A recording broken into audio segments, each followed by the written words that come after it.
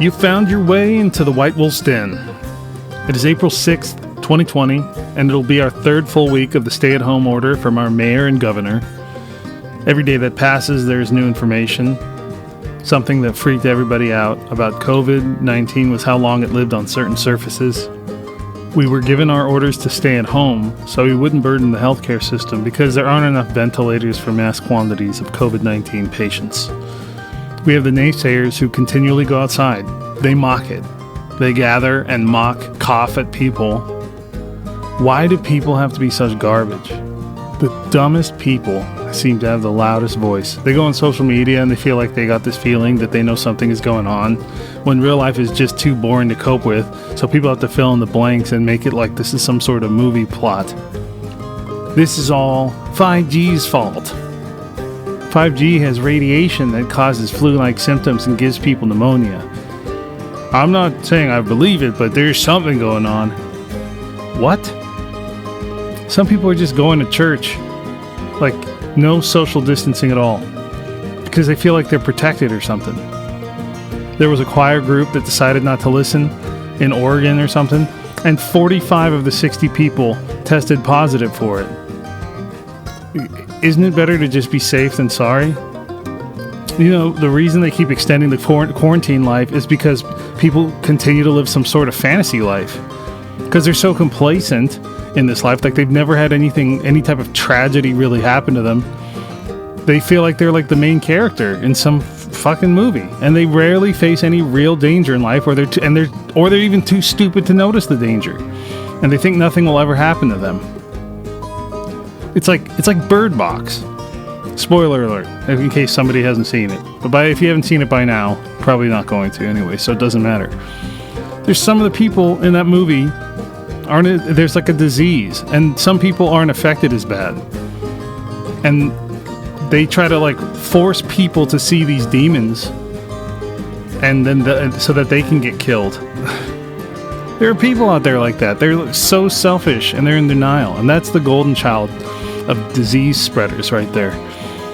Some of you who don't know, I'm the one who makes all the music for the podcast, so the song playing right now is called You Belong to Me. It's by the Swedish Knightingales, which is my little project with Yard Dog, which he came up with the name. And it's spelled KNIGHTGALES. We're going to start slowly putting stuff on the internet. If you like the song, I'm putting it at the end of the podcast, and there won't be any talking over it. And we'll find a way to get it to you if you just email me at whitewolfsden@gmail.com. Today, I have Joe Martinez on the show. He's a buddy of mine. I met him on a show called Game Face. It was a kind of a hard show. A lot of work on that one. He does special effects and prop making. He sculpts. He works with like foam as well, does foam sculpting. He plays guitar, and he has like over 200 of them that he rents out. He buys and trades them. He's not afraid to speak his mind, and he gets blocked on Facebook sometimes because he just talks a lot of shit.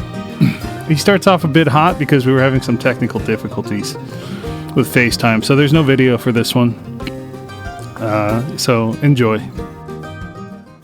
Hello. We could do it this way, the old-fashioned way, on the phone without FaceTime. Am I being recorded right now?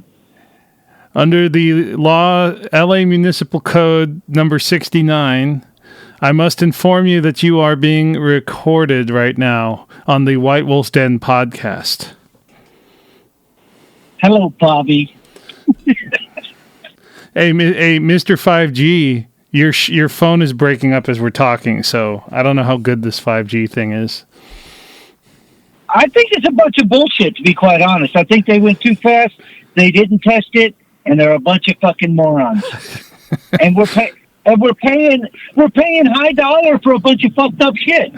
Well, that's true. I mean, iPhones. Yeah. I mean, no offense. I mean, they don't sponsor me, so I'll just say what it is. I mean, my phone was like $1,200 when I bought it. So far, so good. The last one was the same, and it broke like a year and a half in. You know. Yeah. They're like $1,000. Huh? Dude, I got two of them. Okay, I got one on Verizon and one on AT&T because I can't trust that one's going to work wherever I'm at. That's what I was wondering. See, you're an enigma, man. Like I was like, because when I was calling you, I was like, maybe my computer wasn't calling the right number. So I went on my computer and I deleted both numbers, and then I added that other number, and it still didn't work. It's.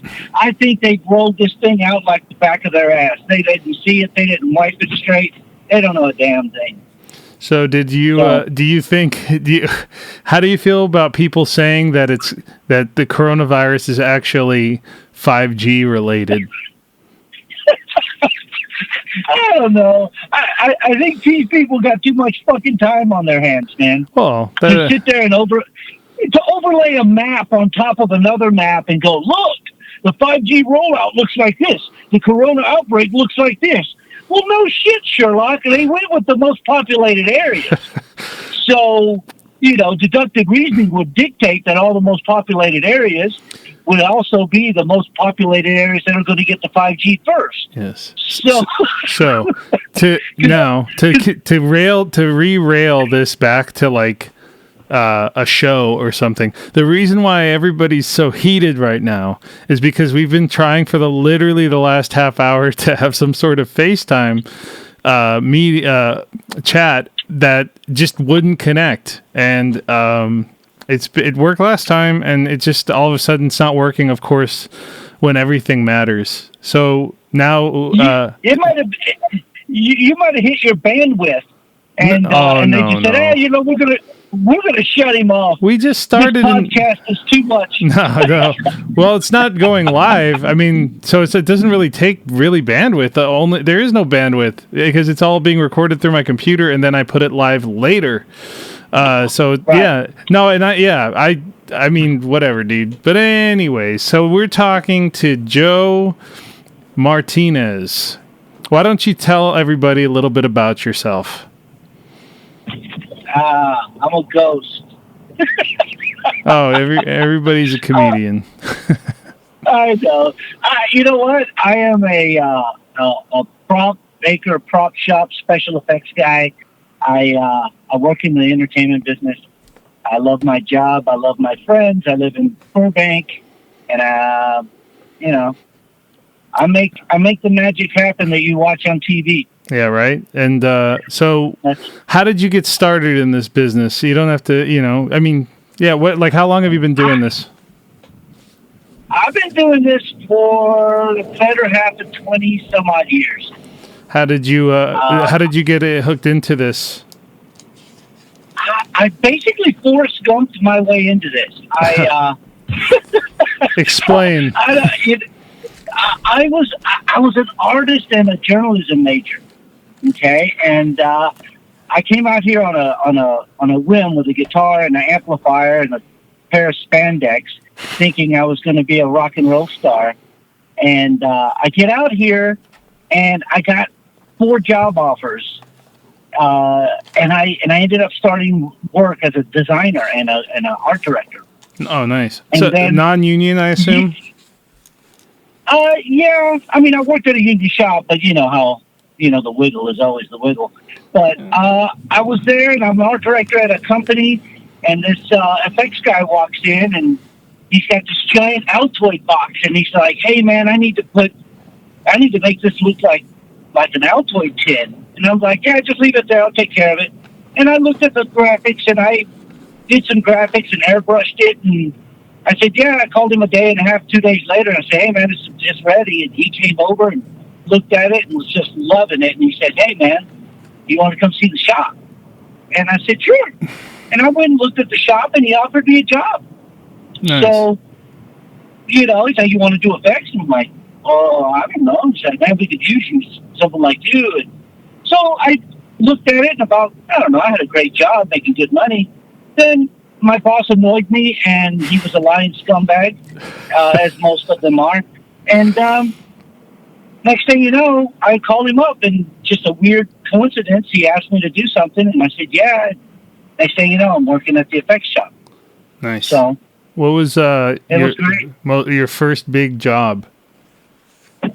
My first big job? Yeah, like your first job where you're like, "Holy shit, this is like I made it to Hollywood." So,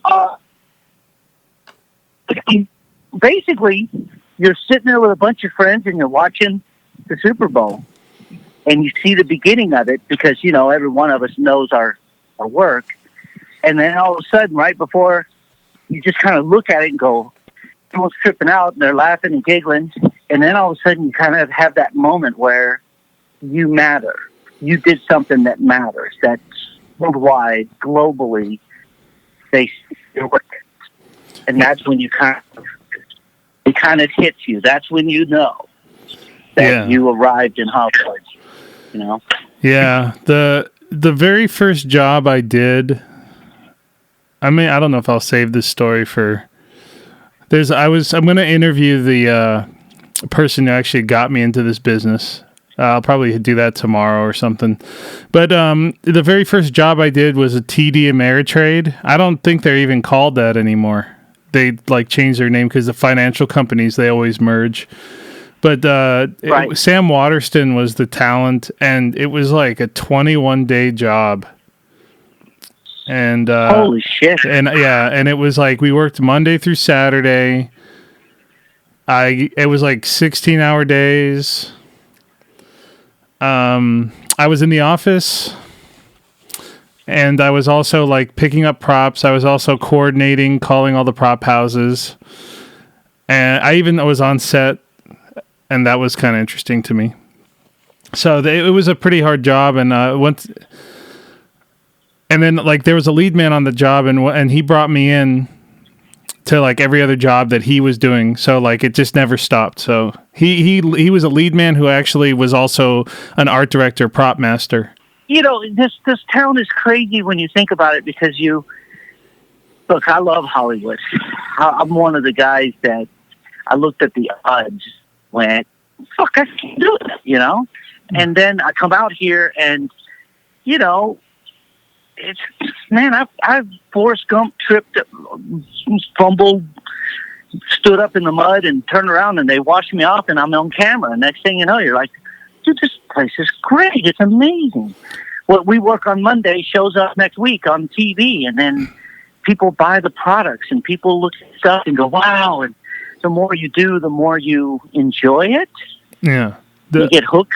You know, when you think of the song Hotel California, it absolutely describes what happens in the blink of an eye here in Los Angeles. Because, you know, you can check out anytime you want. You can go anywhere. But you can never leave this place once you're part of it. Yeah, well, what's funny is a lot of people that I know that grew up here, they ended up having to leave because it was just so expensive. But they don't want to leave. That's what, like you said, they checked out, but they're still Californians. Right. Yeah. Well, and seeing the thing, I guess the other thing that's pretty magical about this place is that you watch TV and you go, oh, that's Cahuenga. Oh yeah. That's the corner of Victory and Burbank, man. Yeah. I know where that is. That's not, you know, Wilmington. You know. Yeah. So I love it. I think, you know, I think it's the DNA of Los Angeles is intertwined into mine. Yeah. And now I'm a part of it. And every Super Bowl, there's something I've done over the last 10 or 15, maybe 18 years. I've done something for a Super Bowl commercial. Some of the biggest shows now ever. And it's a very amazing monument, you know, to hard work and dedication and keeping your nose clean and focused on the goal. Didn't you work on Star Wars? I worked on the Mandalorian. The Mandalorian TV series. Yeah, I haven't seen it. It's on my list. I don't have Disney Plus. I feel kind of bad because I work for $7. No, I know. I know, and I work for Disney, so sorta, you know. Dude, you got AT&T, right?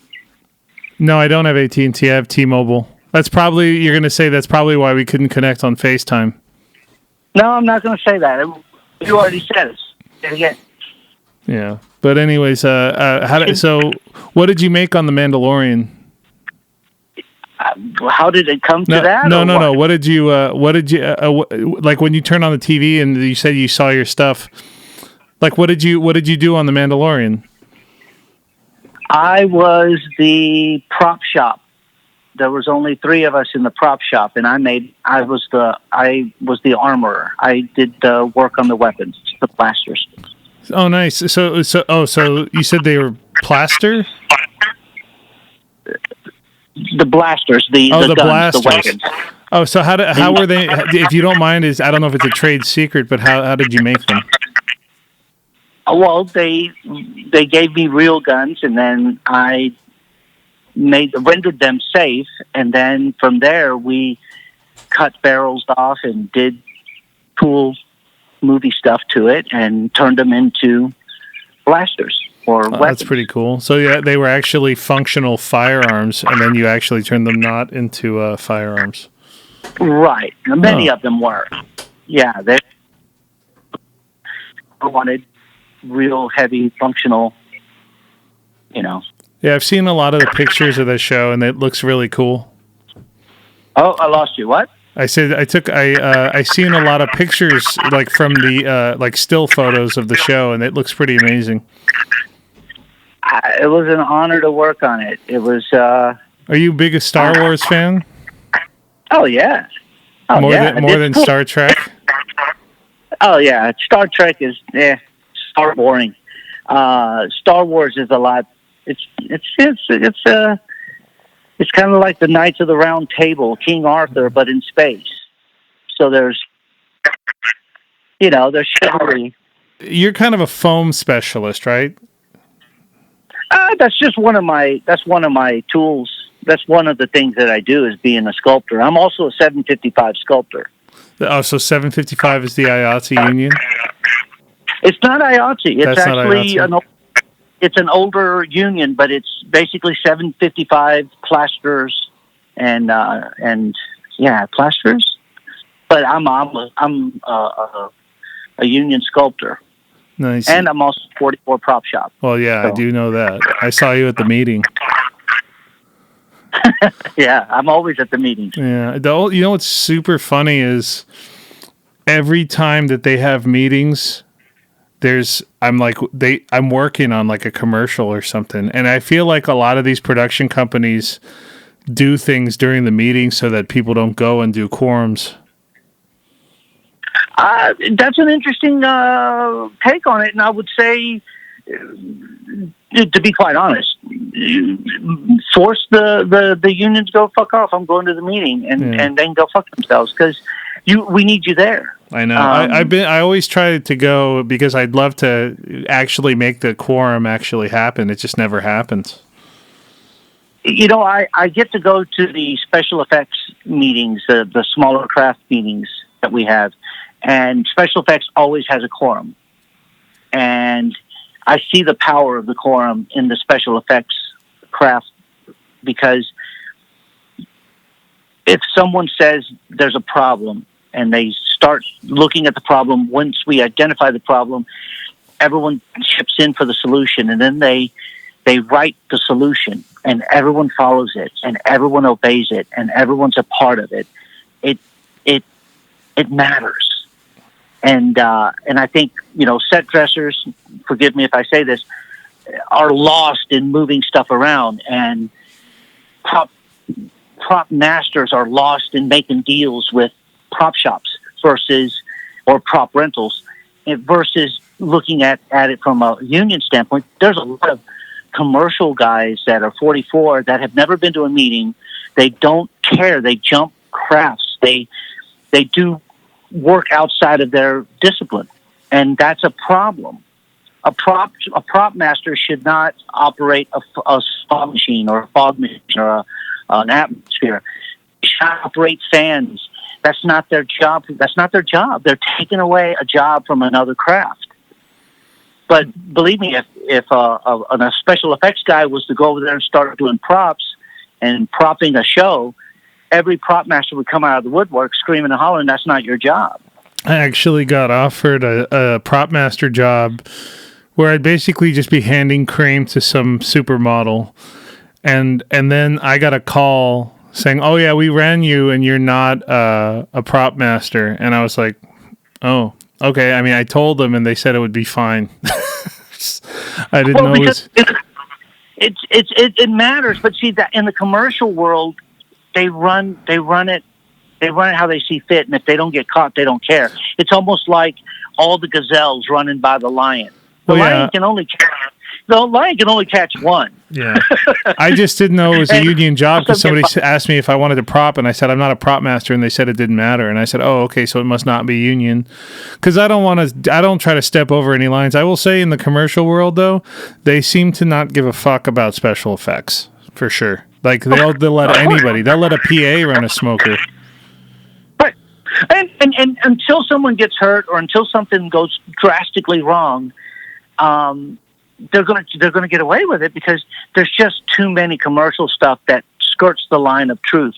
And to be honest, that's why I kind of got away from all the commercials, because they're a bunch of dirty guys, they're a bunch of scumbags, and they hurt our collective bargaining when they do shit like that. I've walked on a show and they wanted a rig, they wanted to throw laptops for this thing, and I did all the rigging. They wanted me to just make fake ones, and I did.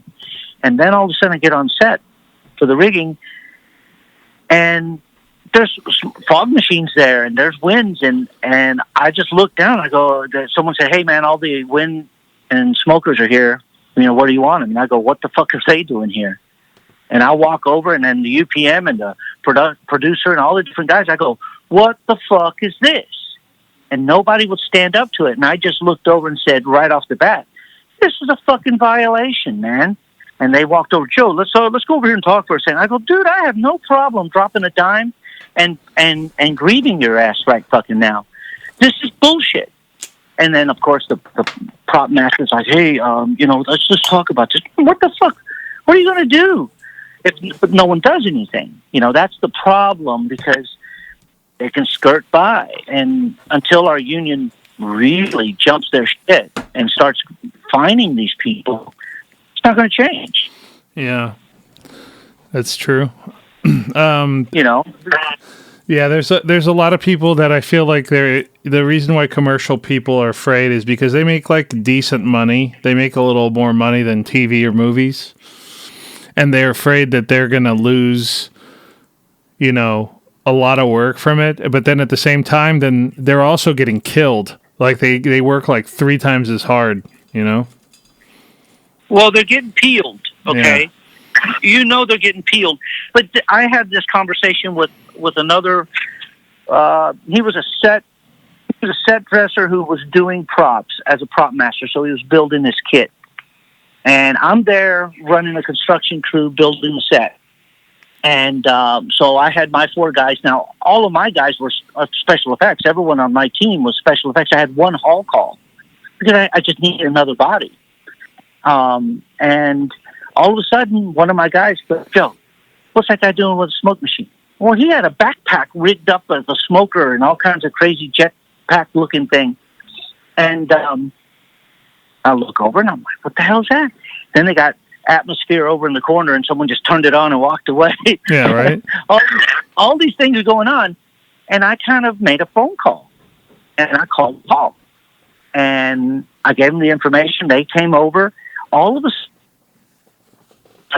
Toby shows up and took a walk around and looked, and everyone puckered on the prop team because they knew they were in the wrong. I mean, here's production was running around, scurrying around. When it all came down, I ended up staying as the effects, getting effects rate, watching over that. And I just said, look, if you want me to just sit back, you think you got it handled, handle it. So I talked to him at lunch, and I said, listen, you're a prop master. All you got to do is do the props.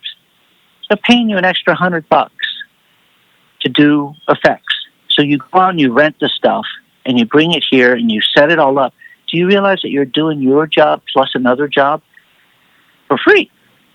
You're not even, dude, that's 2 people's job. Instead of hiring another guy like me to do that, they just put it on you.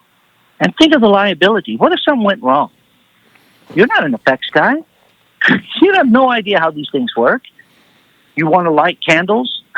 Do you have a pyro card? No, you don't. all of a sudden it becomes a liability issue. And that's why the producers had to agree to it, to have an effects guy, because someone's got to be liable in case there's an accident. But these prop masters are greedy. For an extra $100, they'll throw anyone else under the bus.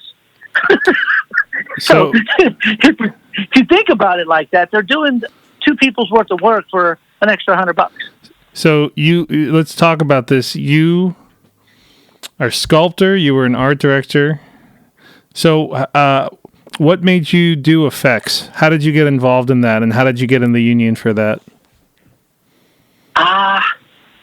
Well, effects, if I could be so bold, if I could say it as cleanly and dude, I get paid to play with fire, things that go boom, and make people go wow, and I get paid for it. Yeah, that's. I mean, if I'm going to have a job in this movie business, I damn sure would rather do that. How did you get into it, though? Like, who brought you into the effects world? Well, it was that art director. I mean, that special effects guy that offered me a job in the. That was the guy. That was the guy. And then when I worked at an effects shop, effects shops have the ability to hire non-union. They just work at the shop. But it was great because I studied and I learned all these techniques and all these tricks and all this stuff. Mind you, as a non-union effects guy, it was different. You're making molds one day, you're making smoke the next day, you're breaking things on a set the following day, and then you're cutting a car in half and you're smashing windows. It's a pretty amazing job for a 20-something guy, because everybody would, you do what? Yeah, I did that show, or I did that effect, or we crashed that car, or There's not a lot of effects. There's not a lot of effects guys left, are there? No, there's not. That's the other thing too. It's a probability issue, meaning there's 2,400 set dressers. So if you're not working out, you can be dropped, and someone else will be in your place, and they're there. They can replace you really quick. There's about 120, 130 effects guys, card-holding effects guys. How many? So, about 130. Yeah, that's not a lot. And that's not a lot. So, the odds are, even if you don't like me, at some point you're still going to have to hire me. Yeah, so... Yeah, and it's also doing a good job. If because we also can make the biggest mistakes and fail the most. We have the most probability of failure. We can get people hurt. We can get people killed. We can set things on fire that we didn't plan on setting on fire. When you first got out here, and you said you had your spandex and your guitar, did you get into a band pretty quickly, or did you know anybody out here? I didn't know a soul. Well, I didn't know a soul directly. It was my. I'll tell you the story. It'd be a movie, or at least a scene in a movie. But basically, it was in a little know-nothing band in Houston, Texas. And I'm from Huntsville, so I'm outside. I'm 50, 60 miles north of Houston. So, and I'm in college, and we ended up doing some big shows there, and opened for Ace Frehley, and did some other things there at the Houston, rock scene. And then all of a sudden, my buddy goes, he was dating a stripper. He's like, "Hey, she wants to go to LA. Her friend needs a roommate. She wants to move. So you want to ride with me and help drive?" Sure, I got a few times off. So we get stuff loaded in the truck. We drive all the way out to LA, and it's kind of crazy, but we get here, and I did the last leg, so I ended up falling asleep and slept in. They got up and left and went tooling around Los Angeles while I slept. And then back then there was a cool thing called the fax machine. So I made friends with the Ahmed, the guy down at the hotel, and I used his fax machine and faxed my resume. I pulled a Yellow Pages out of the Yellow Pages, and I faxed my resume to Warner Brothers and Disney and Universal and all the studios, just thinking, what the hell, right? Mm-hmm. And then I get a phone call. I call my dad like maybe 4 or 5 hours later just to check in. And he's like, son, I don't know what you're doing over there, but I got some phone calls from some people, and it's so-and-so at Disney and so-and-so at Warner Brothers. And so I quickly jotted them down and called them back, and I got a job for interviews. So within a day, I had already four job interviews and a job offer. In the film business? In the I guess it would be the art designer business, because I had learned how to use these fancy machines called processors, where you would take the film and you would slip them in and put them in the darkroom side, and it would come out in the art department side completely dry and ready to go.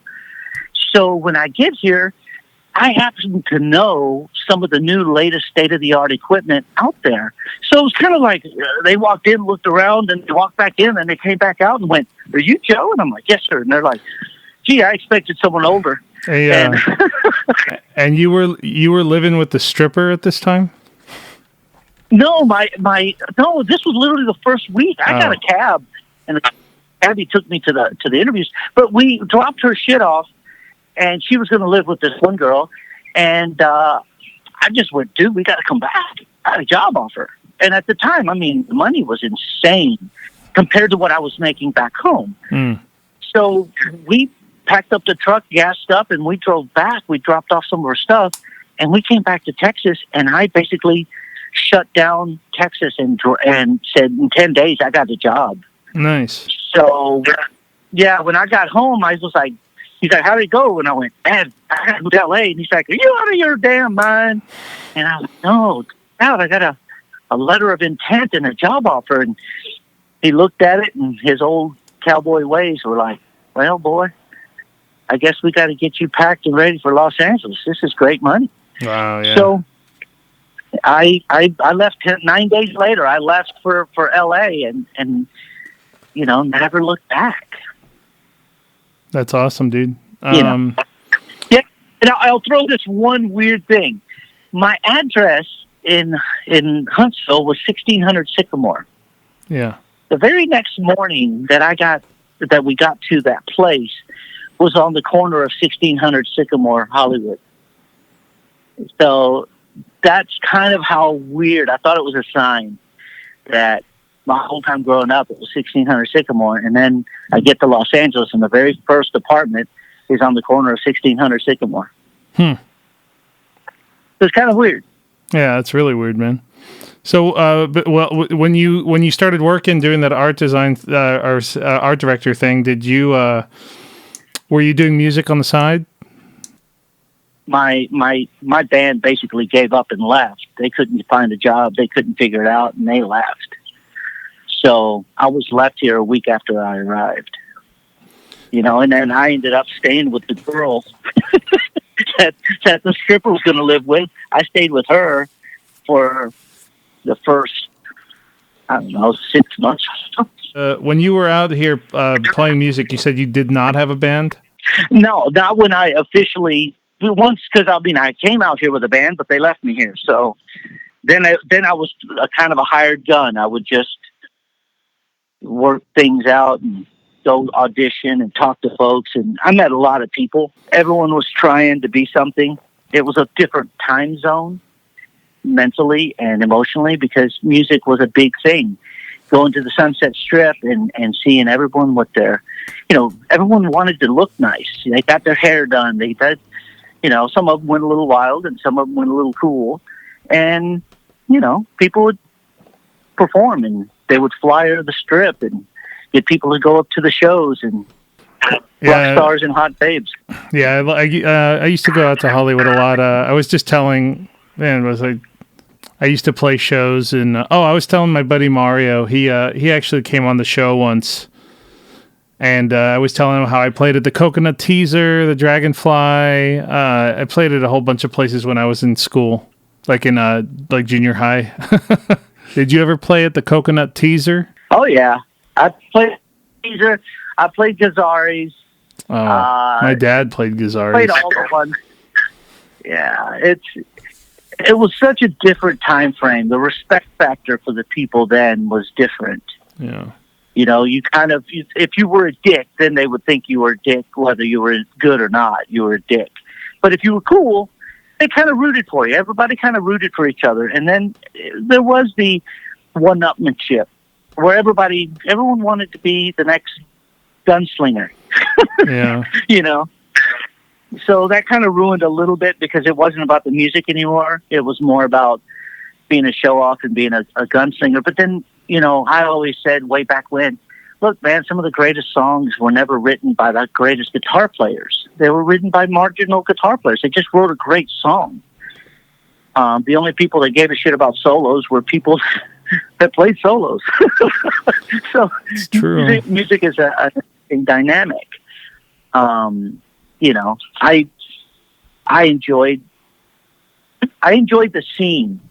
Is the way I kind of look at it. I enjoyed the scene. It was a really great time for music. Nice. Yeah. Well, I loved. I kind of grew up on the '80s.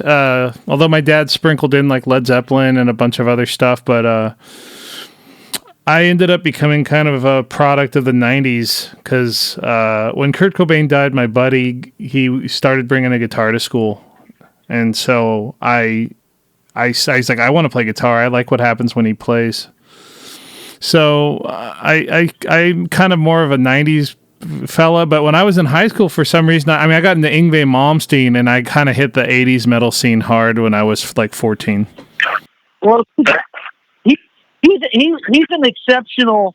He's an exceptional exception. Oh yeah, he's a brilliant musician, but you know his manner wasn't exactly the most. You know, he wasn't exactly a nice guy. No, he's a diva. You know. Yeah. Oh yeah. Exactly. Yeah, but I kind of liked. There's a lot of like something like legato, and also just the picking, like the alternate picking, and so he did a lot of really cool things, and he had a lot of showmanship. So I kind of dug him. Oh yeah, I Am a Viking is still a brilliant, you know, great tune. I was really into Dawkins back in those days, and I loved Sabotage. And there's a band called Icon that was really good. But there were so many guys that when you're here, then all of a sudden you kind of meet everybody. I was really into Rat and of course the Crew. But then, you know, you kind of trip out a little bit when you hang out with these guys and then you play with these guys. And then, you know, I built a lot of guitars back in those days. I worked for Performance Guitar Center as one of their airbrush guys. I made a guitar for Prince back then. What? Yeah, I built a yellow guitar for Prince. Oh, I got a phone call. I'd done some airbrushing stuff, and I got a phone call from Performance Guitar Center, and they had a client that had this yellow guitar, and they needed to put this symbol on it. I didn't know at the time he would change his name to that symbol, but I airbrushed that guitar into the I airbrushed that guitar with that symbol. And then about 5 months later, maybe 6 months later, the guitar came back and he wanted Romeo written on the back of it or on the back side of it. I'm not sure. I don't remember where, but because back then we didn't have phones or anything to take a quick picture. So I airbrushed that, and we sealed it, and did I lose you again? No, I'm here, baby. I'm here. Okay. So yeah, but that I found out later that was for Prince, and he had ordered a custom guitar to be made, and it was yellow with purple symbol. That's pretty awesome, dude. Yeah, we did. So I work on Blackish, and we actually did a big Prince episode to talk about how influential he was. Oh, he was genius, man. Yeah, every character on Blackish dressed like a different era of Prince or a different iconic Prince music video. Nice. It's these are little things. I the crazy thing is that I was a witness to a lot of rock and roll history. Yeah. I was backstage when the fight between the Guns N' Roses and the Motley Crue guys happened, and they started swinging punches.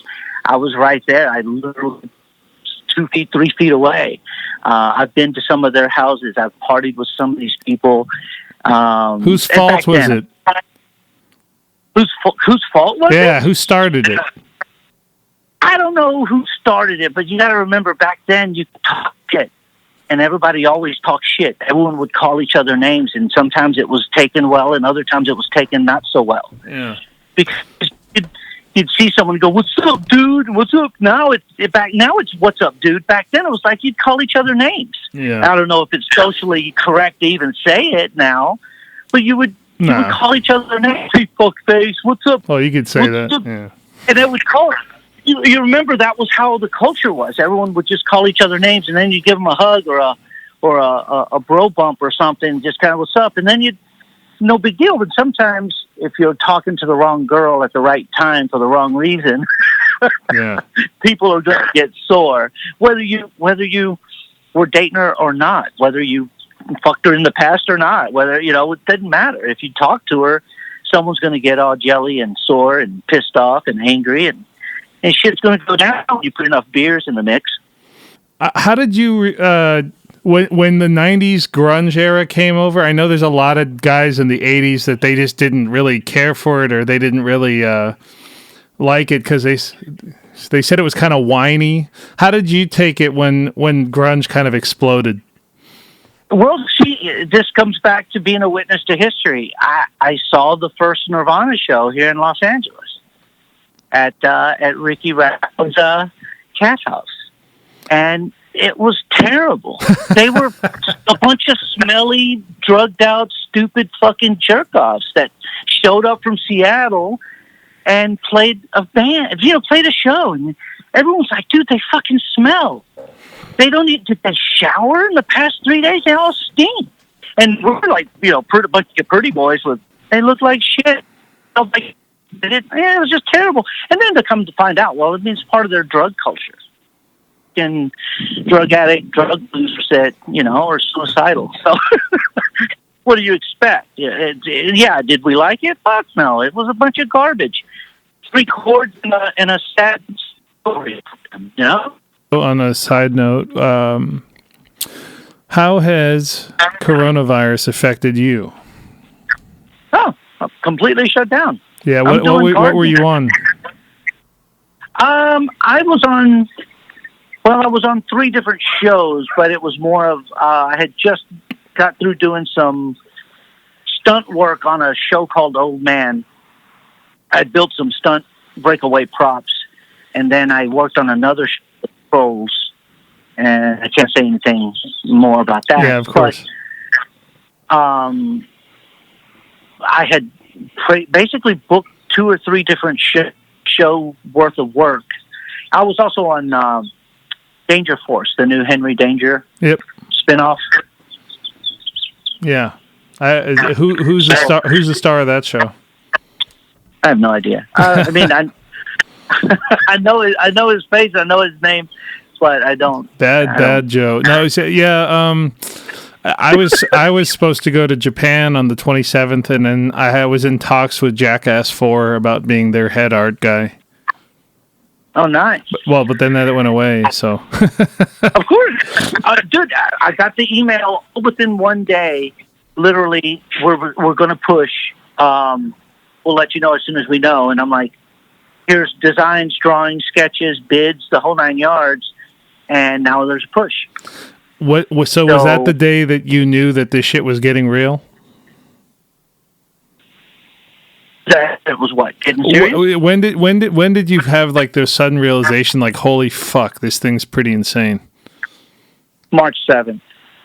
Wow. So March 6th was the last day of Blackish, and we had our rap party the next week, and it was a Wednesday. And we had a letter saying, "Hey, I know we all hug and stuff, but nobody hug here because people may not be inclined to." So we showed up, and we were all kicking feet, and it was like not a lot of people showed up as much as they used to. It was like probably half as many people, and I was on a commercial, and literally the next day is when I started seeing on the news. Warner Brothers shut down, Universal shut down, and then everything was shutting down right as I was on this job, and I was like, I hope these fuckers pay me. Yeah, well, yeah. There's that. Well, yeah. Look, I knew it was serious because I left on the 1st for Virginia, and it was a Valentine's gift. So we went to Virginia. The girl and I went to Virginia. I was buying a 69 Z28 Camaro. You're so you would. Those are great though. I love them. They have a nice engine. Is that an LS1? This one had a 350. Yeah, well, yeah, but there's a 350, and then there's the Z28s have sometimes they'll have an LS1 engine by Chevy. Right. Yeah. This one had been. I want to say it's a tribute, meaning that it was a normal, regular Z28, and they had doctored it up and did some fun things, but it looked normal. It was just badass. What year was Black it? Black with white race. 69 Z28. Wow. Oh, 69. Never mind.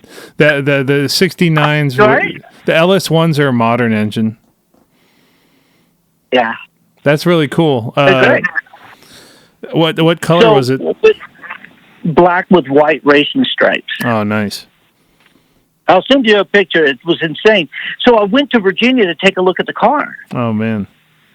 So we flew out, went LAX to, I don't know, Chicago, or I don't remember where we landed, but we finally got to Virginia, and we stayed in this old cabin, actually it was built in 1770 or something like that, 1760, 1750, and it was an original log cabin from that time period, little bed and breakfast now, and we stayed there for the first night, then drove over, saw the car, talked to the owner, had a real good talk, had dinner, all that fun stuff, and then the next day went to the Trump Winery up near the Jefferson Monticello.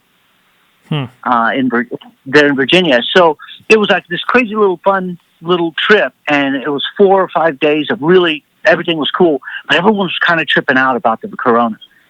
And, we did everything. We wore what we had to wear and disinfected and the little wipes and the whole 9 yards. And when I got back, I was prepping, doing bids, and everything started to go sideways. Oh, no. And I knew then, I was like, this is fucking stupid. And then all of a sudden it just started exploding. You get the email, this is going to push. Okay, thanks. And then the next job, oh, this one's going to push. And I know we asked you to build this, but I think we're going to push on this too. And I'm like, what? When are we coming back? No word. No answer, no reply. Are you putting any money in the stock market? Am I playing the stock market right now? Like, have you put any money into the stock market? Not yet. I'm waiting for the bottom to fall out. I put some. I put some money now. Like, it's like everything's at like 10. Like American Airlines is at $10. Right. Yeah. I mean, I guess I'll make an announcement. I just bought an effects trailer. I bought 2 effects trailers. Oh, motherfucker. You just bought them, and then the whole goddamn world ends. Thank you. Yeah, and you're wondering why I'm still smiling. I look at that as another Forrest Gump moment. I'm going to be out looking for shrimp when the whole goddamn hurricane hits. At least you'll be able to do you'll be able to do anything. Right.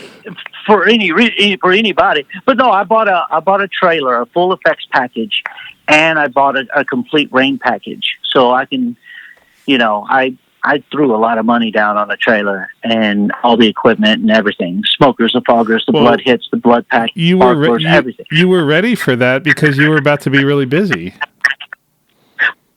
Well, and it was also, he had retired. He's a pretty famous effects guy, and he'd done some pretty big stuff. And he was ready. He retired in August, and his wife saw my sticker on his board and sent me an email and said, "Hey, I'm trying to get him to get off the fence and sell his equipment. Are you interested?" And I went, "Yeah, I'll take a peek." And then I went and looked at it, and it was just one of those brilliant looks at, and just went, "Oh, okay, fuck the Camaro. I got to buy this." so my Camaro got pushed, and I bought the 2 trailers and all the equipment and everything, lock, stock, and barrel. That's awesome, dude. I mean, it's awesome. It sucks that you, like, horrendous timing, but at the same token, you got it now, and it is what it is. Yeah, look, I have every confidence in the world that this will be worked out. Yeah, I know that. I look.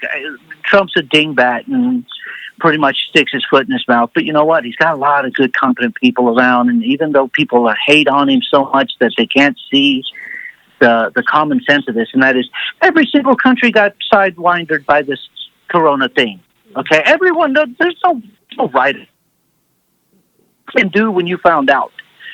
You know what I mean? If you were exhaling when you got hit, you're in deep shit. If you were inhaling when you got hit, you're in deeper shit. You know what I mean? It's just everyone stay the fuck home. Let's not get any more people sick. There's no way, because nobody can withstand not getting a paycheck for a week or 2 weeks or a month or, there's a lot of people, God forbid, 3 months. A lot of people are living paycheck to paycheck. Yeah, there's no one can predict this. There's no way to fix this. So let me ask you this: you've been staying home? Yeah. How often do you go to the supermarket? At the beginning, I was going every day looking for different things that we would need. Oh, when shit was running out, you're talking about? Yeah, I mean, I'm pretty kid. I've got an earthquake kit. I got prepper skills. I got mad prepper skills. But I had already looked at, well, I'm not going to wait for toilet paper, so I made an order, online and had a medical supply company send me, 2 cases of toilet paper. And, I bought stuff that I know would keep in the cupboard, and canned goods and all that stuff I already had. So yeah. It's just I'm rotating stuff. I was plus dry goods. I was going out and buying a couple cans of things, and everybody was like buying like the wrong shit. Thank God. And I was shopping. We need chocolate. Yeah, I was shopping all calm, and I got some tuna, and I got some canned chicken, and I was shopping for me because I've been eating healthy, and like all the veggies were there.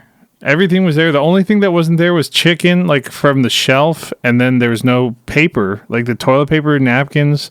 That blew me away. I was just like, I don't fucking get any of that,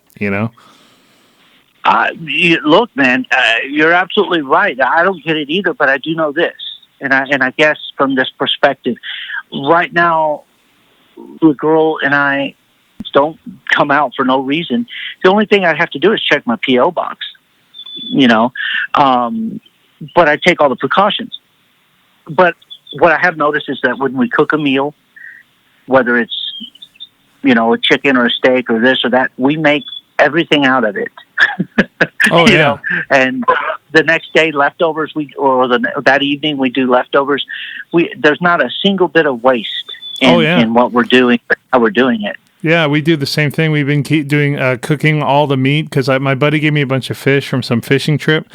I don't know if I said this on the last podcast I did, but my Jen's mom brought over a rotisserie chicken, and I just cut it in pieces, and I took all the meat off, and then we took the bones and we made chicken stock. Oh yeah, and then I did that yesterday. Yeah, and then every time I've been eating a ton of vegetables, so I eat a lot of onion, so there's always leftover onion pieces, and we've just been saving them, and we throw that in the chicken stock when we cook it. Oh yeah. I mean, that's the one good thing that I see of it, and at the same time, I see more good in people now than I do bad. Yeah, there's a lot of good. There's a lot of good out there. The worst was the beginning, and that you saw the idiots, but there's a lot of good in between them.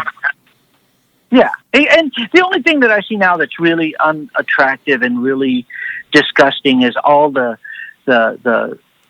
freaking glove ground just everywhere, littered everywhere. It really pisses me off because I have a Ziploc. I love Ziplocs. For me, I will buy stock in Ziploc. because all you have to do is have a Ziploc in the car, and when you're done with the rubber glove, just put them inside out. Nothing's going to touch you, and you stick it in the Ziploc, zip it up. You ain't got to mess with it. It's done. Yeah, there's also somebody that was saying you can get dog shit bags, and you can just put them, if you go to the gas station, so you don't have to waste a glove, you can just use a doggy baggie. Well, true, but you could also take that rubber glove and wipe the rubber glove with a Lysol wipe and put the Lysol wipe in a little doggy bag or a little Ziploc or something like that. I've been using gloves if I do stuff that is more like detailed.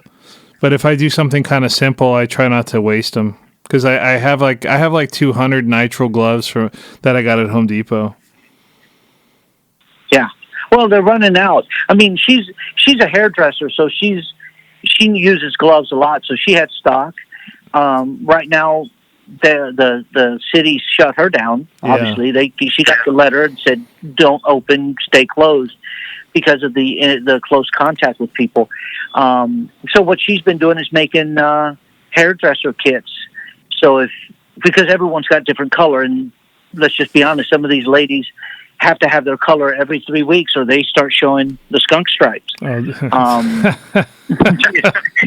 know, and believe me, don't fuck with a lady that needs her hair done, because she's mad. A lot of people are going to start looking like shit. Oh, yeah. So she makes these little kits, and she's got your formula. So you call and say, "Hey, I need this kit."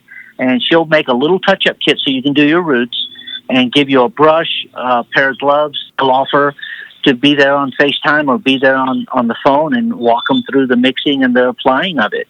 Nice. And, so she's been doing her part to keep people at home. Yeah, well, that's really smart. See, I've been trying to ask like people's different ways that they've been creative in like keeping their small businesses going. You know. Well, I've also spoken to the banks about the small business loans, and boy, talk about a weaving mess of crazy regulations and silly clauses. You know, if you have a small business and you actually qualify for a loan, you can't get any of this disaster relief. You just have to apply for a loan and get it from the SBA or get it from your bank through the SBA. But there's so many different clauses, so many different things. You just can't say, "Oh, I'll get free money." There's no free anything. No, you're going to pay for free. it. You know, something that's really hard too is so like my mom, her business is she has like tenants. She has like a couple, like 4 units, you know. Right. And so they allow the tenants to furlough or whatever the word, it's a moratorium on their rents, but they basically can push their rents, and they have like up to from somewhere between 6 and 12 months to pay it back if they don't pay it. Luckily, like a lot of my tenants were able to either pull through, and there's a few people that are like they're in the film business or the entertainment, and they were laid off, you know. They gave me like partial rent, and we're okay. My mom's going to be okay. She was panicking at first because she said, "Oh, everybody's going to be fine." I said, "You watch. Just fucking wait." Because they're telling them they don't have to pay, and it's just human nature, you know. But they thought that they were going to not have to pay anything, like at all. And then the government's like, "No, you're going to have to pay it back." So I was like, the less you pay now, the more you'll have to pay later. So just pay what you can. And we'll make a deal. Like, if everybody starts going to work, we're not going to collect everything up front. We're going to give you payments, you know? Well, it's common sense. And see, I think, you and I make really good money. Okay, let's just cut to the chase. If we compare what we do to anyone in the common 48 states, we make great money. Yeah. In comparison. So we should be able to take, I call it the 25 plan. 25 to rent or mortgages, 25 for food and living expenses, 25 for saving, and 25 to buy stuff that you need, important stuff, payments or things that you need. And if you do that, you're going to have a little nest egg that you can fall back on. I'm lucky, but I'm also smart about my luck. I'm not pushing the bad. I'm pushing the right attitude, and that is I've saved money. I put some money here. I put some money there. I got 4 vehicles I got to take care of. I got insurance. I got a bunch of shit going on. And buying this trailer, I mean, look, I was buying a sports car. And then I see a great deal for a business opportunity. I bought it, you know. But now what does that mean? Well, I still got mortgages to pay. I still got a ranch to pay. I still got a cabin to pay. I still got mortgage. So I hate to say it in this perspective, but if this thing goes for 6 months, I'll still be fine. I'm not going to be happy about it, but I can still pay my bills. I'm just, you know, cutting everything to the bone. I'm not throwing anything away. I'm not doing anything stupid. I'm just focused for the future, and I hope this thing gets over with quicker. Yeah, I absolutely do too. Because like what I was saying too was that when my mom called the mortgage company, they were like, "Oh, you have 3 months to pay, or to you can have 3 months until you have to pay, but then you owe everything immediately." Right, immediately. It's weird how it's different with like mortgages and rents, but it is what it is. And I had to bitch at my mom for like years to save money, and she always fought me on it. She didn't really think she was fighting, but she was. And then all of a sudden, all this shit goes down, and she's like, "You were right. You were right." And I was like, "Yeah, of course I was right." Well, it's tough because if you think of it from the perspective of you made the money, why can't you spend it? You know? But at the same time, it's being financially responsible. It's being cognitive of what your duties are. If I'm just paying my mortgages and all my other bills, I said I'm going to have to deal with it because I'm going to. I don't want a balloon payment at the end of this. No. Well, Joe, what's your prediction for when do you think this is going to be done? So they said April 19th, and I know everybody's kind of pushing this to the end of April, and some people even say the end of May. What do you think? I've gotten some internal memos on some of the big production companies, and what would they say? August. Holy shit! Oh yeah, no. There's. I think it's a little. This is the worst week, let's say. Of they said this and next week are supposed to be really bad. Right. We're lucky that it's a rainy, stormy, ugly kind of bunch of days this week, because I think that the water and people staying in is just going to help everyone kind of flatten the curve. Dude. On the other perspective, even if they said, "Oh, we're clear next week at the beginning of the month," let's say, it's still going to take a month to ramp up. It's going to take another 2 weeks to get crew in. The people that were slated to work might be doing something else. And you're going to have to wiggle who's going to work and who's not going to work. And I'm just talking about our business. I'm not talking about the rest of society. Oh, yeah. Dude, you know what's really crazy, though? So me and the lady, we decided to, on the weekend, like she's still working, but she's working from home, you know? Right. Yeah, but so on the weekend, I was like, why don't we just jump in the Corvette, man, and we'll just take a ride up the beach and just drive, and maybe we'll stop at some food place, pick something up, and eat on the side of the road. That sounds fair, right? Right. So because we've been eating at home a lot, and we only go to the market like once a week if we can. So right. We go up Malibu, and all the beaches are pretty much shut down. Every so often, we'll see like a surfer, and we're like, "What if he's a piece of shit because they shut down the beaches? He shouldn't. Like, if he does it, then other people are going to do it, right?" Right. We get up to Malibu because we were like, "Hey, let's go to Neptune's Net," and we get to Neptune's Net, and it says no congregating, and the whole parking lot is a bunch of assholes congregating, dude. There's some dude who had some old car, and him and all his shit buddies are walking around it talking about the molding, and I'm like, you guys live together? Like, get the fuck away from each other. You know? You know what? Look, man. I didn't say that. I didn't really say that. You're thinking it.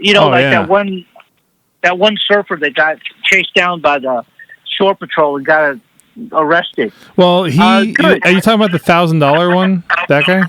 No. There's another one. He was like a windsurfer or some paddleboarder, and the boat, the Coast Guard, rolled in on his ass and, and arrested him. And they said, it's shut down. We don't want you in the water. Well, the thing is, when we were up in Malibu, there was already a thing in place where they said you should wear cotton masks and everybody should be wearing gloves. Nobody was wearing shit in Malibu. And across the street is a beach from Neptune's Net. It was packed. There was like 100 surfers out there. Because I think it's over the state lines of LA, and people just don't care over there. Oh, the Ventura County line? It's literally like when Malibu starts. It says it's like after Leo Carrillo. Oh, I see. You know what, dude? This is where Darwin's theory of natural selection comes into play. I guess you know the only thing that sucks is there's a lot of people that are going to get it that don't show symptoms, and they're going to fuck everybody. Sure. No, this is fucked. And the thing is, if you think of a pandemic and you think of all the other bullshit that's going on in your society, let's say, what can you do? People are pretty disgusting animals in their own right. Because there's stuff that comes out of your eyes, nose, mouth. You breathe on people. I get the heebie-jeebies when a person is too close to me and they're talking, and I can feel their breath on my arm, and you kind of go, "Get off me, bro! You're too close." But on the other end of the spectrum, okay, let's just say, hygiene is something that's not always practiced to your liking. We do certain things, and then you don't think about it. Then you look up and go, "Oh man, wait, did I just touch that?" Now I'm rubbing my eyes. Fuck. And I think natural selection will take over some of these people. Like I see a bunch of Glendale people, the Armenian gangbangers that are running around being stupid, and they're sitting out there having their coffee and cigarettes and smoking and driving around in their little Toyota Celicas trying to be cool. And they're all, look, you know what? If they all get it and they have problems, I ain't got one iota of sympathy. Fuck you. That goes for everybody. That's right, Joe.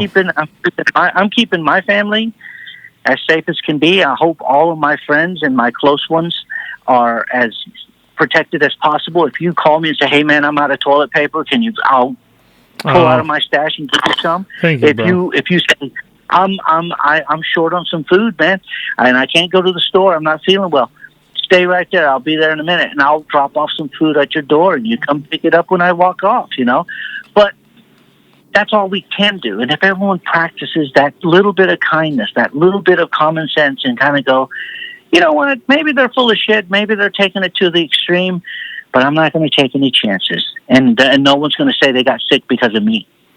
That's the way I look at that. That's how it should be. That's how it should be. But we know that most people are assholes, and they're inconsiderate, self-righteous, egotistical, self-entitled pricks. Apply liberally to whoever acts that way, because sometimes I'm sick of being in the house. Yeah. I can make jokes and laugh and giggle, and we can make all kinds of inappropriate jokes, but at the end of the day, man, I want this thing over with. So if that means I sit here bored out of my skull doing lawn work and fixing the hydrangeas and working on her flower bed, then that's what I want to do for the next 2 weeks. I hope that this thing gets done faster. I really want work to be kicked up. Yeah. But I do know that it's not going to happen like that. Yeah, it's going to be a slow ease back into shit. Well, anyways, Joe, I was going to say, hopefully whenever we can hang out, you'll have to come in person and do one of these podcasts, and because I would like to do like some gear demos, because I have a lot of cool little pedals and stuff, and I like to do it with people, Dude, I have 200 and change of guitars. I would love it if you could get a podcast going where I could pull out some of these rare guitars and go, well, here's a 25th anniversary Black Beauty Gibson Les Paul, and play it and look at it, and we talk about it, and then we put it in the case. But at the same time, even if you was to come and we do one remote over at the I can do trailer. I can do it remote. I can travel. And then also I was going to say, do you have a website where people could check out your guitars? Because you sell those, right? I do. I buy, sell, trade, repair, and admire America's Most Wanted Guitars. America's Most Wanted Guitars. Company. And then America's Most Wanted Guitars. Is there a website, or is it the first thing that when you Google? When you Google, it'll come up. You'll see pictures and advertisements. I officially shut down the website because people were stealing the images, and I didn't know how to handle that, so I just shut it down. People would use my pictures to sell their guitar, and then they would get mad, and they'd see the name of my guitar, and they're like, "Well, that's not the one." And I'm like, "No, well, that's your problem, not mine. They stole my image. I'm not, But you could also find it on Facebook, and you could also go to my effects page, so to speak, and you can see some of the guitars there. Cool. Some of my guitars are on TV shows. Yeah, of course. Well, there you go, man. So that was I'm gonna sign off with you, Mr. Joe. So we have your also. Do you have a website for people to contact you for what is it called? For sculpturing or effects or any of that kind of stuff? Yeah, you can go to martinezeffects.com. If you want to go Google, just Google Martinez props and special effects, and a bunch of fun stuff will show up. And if you go to my website directly, it's Martinez, then letter F, letter X.com, and you'll find all the fun stuff there. And thank you for spending a little time chatting with me. You're always a fun to talk to, Bob. I love it. I appreciate it, man. You're a good guy. Yeah, no problem. And if I could help you out and get your name out there with anybody who might listen, then that makes me happy too. So you be good, Joe, and just stay in touch and let me know what's going on during this whole virus shit. Exactly. Well, you stay safe, and I wish you nothing but the best. And like I said, we'll stay in touch and keep each other abreast of the COVID nightmare. Thank you, man. Okay, good. You be good now, and I'll be talking to you soon. Just stay in touch. You got it, man. Stay safe. Love you, man. Bye. Joe Martinez, another member of the Witewolf pack. He's a man of many hats. Effects guy, prop maker, sculptor, owner, player, and trader of many guitars. He's another dude just trying to survive in this crazy-ass world. And now everybody, though we're in solitude, we've all become a little bit closer, We all have a little something in common now. We're dealing with, like, a common enemy. We all have to learn some new tricks, and we have to adapt. A lot of people are cooking who've never really cooked. And these are probably the people who bought all the toilet paper and paper towels in the beginning. We have to make a few different choices. We sit on our asses, eat all of our rations, get fat and out of shape, and then when the quarantine is over and it's summer, our beach bods are totally ruined. Or we do the prison workouts, eat healthy, don't snack, get a hobby, revisit a hobby, organize all your shit, make a pile of shit to throw out. Get your life together. You all asked for time, now you got it. So use this time wisely. Because when we have to go back to work, it's going to be super busy. I'm trying to figure out how I can balance my life more when I get back, because for some reason, me and free time have been going really well together. I can come on this podcast and yell at you to try to motivate your ass. I'm going to keep doing these podcasts via FaceTime or phone call. I'm not going to try to risk having anyone come over. I don't know how Rogan and any of those other guys are doing it. If you want to reach me, if you have any questions or if you want to cyberbully me or talk shit, my email is witewolfsden@gmail.com. White Wolf's Den. There is no H, so use your big brain. And if you're listening, you're obviously like that. You can look at the screen and it's how it's spelled right there. White Wolf's Den, no H, @gmail.com. All right, here's a little ditty from the Swedish Nightingales. You Belong to Me. This one has the words in it. Enjoy.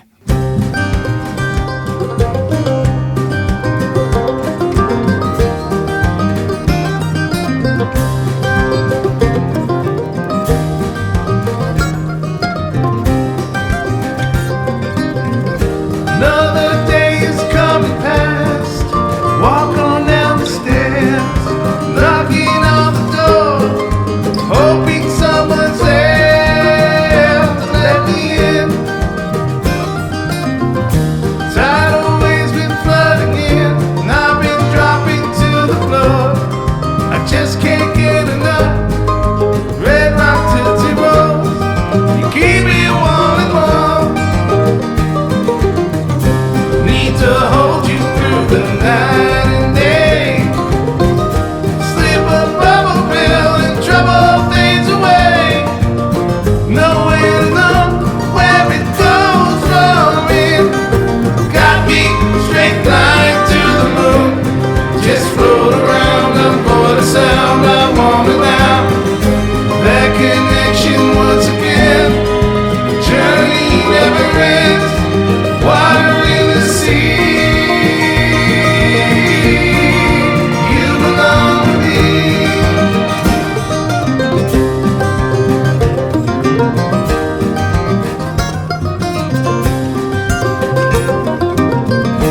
Summer drought setting in. Hard to sleep at night now. Tossing around the bed. Need you to be near me, in my sight. I can be short with you. That don't mean that I want to go be apart. Need you flowing deep inside my veins and heart. Need to hold you through the night.